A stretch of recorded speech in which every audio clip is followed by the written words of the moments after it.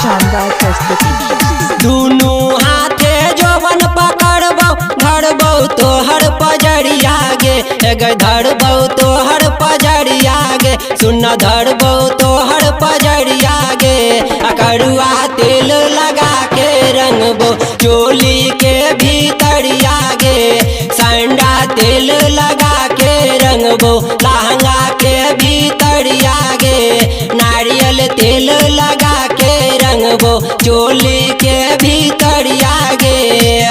माँ Ganga recording studio Surat Gujarat. Shiv Shambhu Basoli की शानदार प्रस्तुति।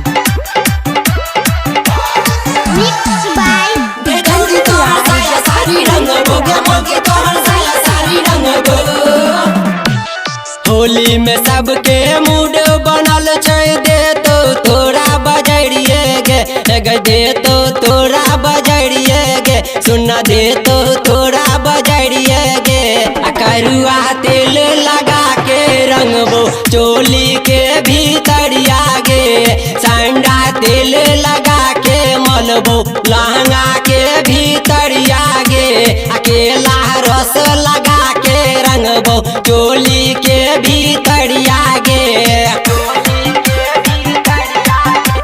शिव शंभू बसोली की शानदार प्रस्तुति।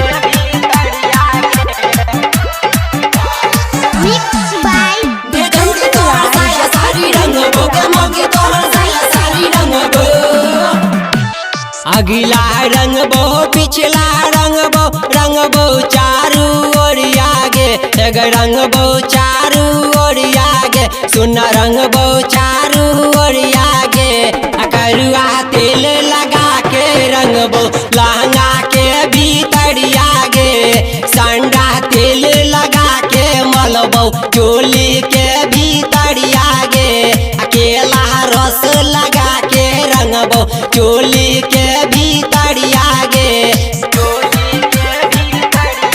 शिव शंभू बसोली की शानदार प्रस्तुति।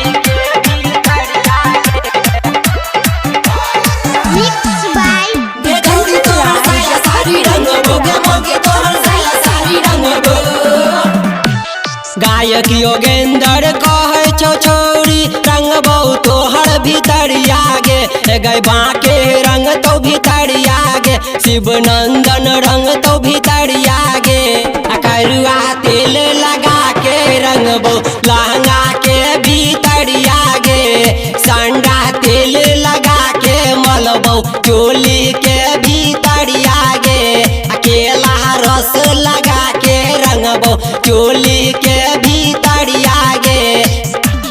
दुनू हाथे जोबन पकड़बो धरबो तोहर पजरिया गे धरबो तोहर पजरिया गे सुन धरबो तोहर पजरिया गे करुआ तेल लगा के रंगबो चोली के भीतरिया गे संडा तेल लगा के रंगबो लहंगा के भीतरिया गे नारियल तेल लगा के रंगबो चोली के भीतरिया गे। शिव शंभू बसोली की शानदार प्रस्तुति।